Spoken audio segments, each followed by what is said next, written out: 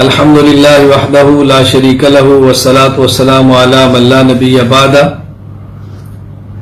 قربانی کرنے والے کے لیے مستحب یہ ہے کہ جب ذی الحج شروع ہو جائے تو اپنے بال اور ناخن نہ کاٹے۔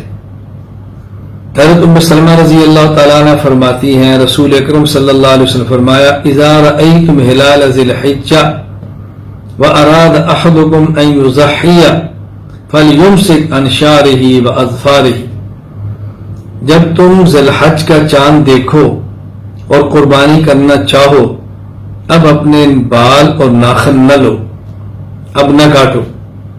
یہ حدیث صحیح مسلم کتاب الاضاحی باب النہی من دخل علیہ عشر ذی الحجہ وہو مرید التضحیہ کے اندر یہ بات موجود ہے۔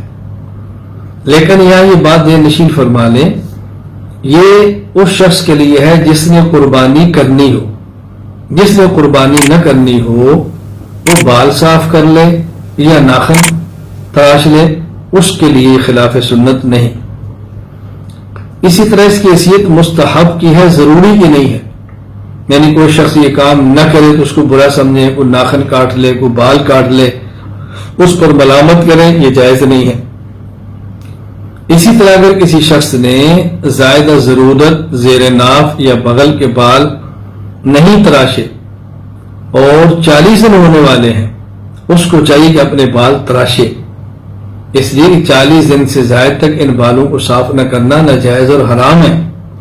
تو یہ مستحب تھا اور وہ حرام تھا، اس لیے اس استحباب کی وجہ سے حرام کا ارتکاب نہ کرے۔ ان مسائل کا بہت زیادہ خیال فرمائیں۔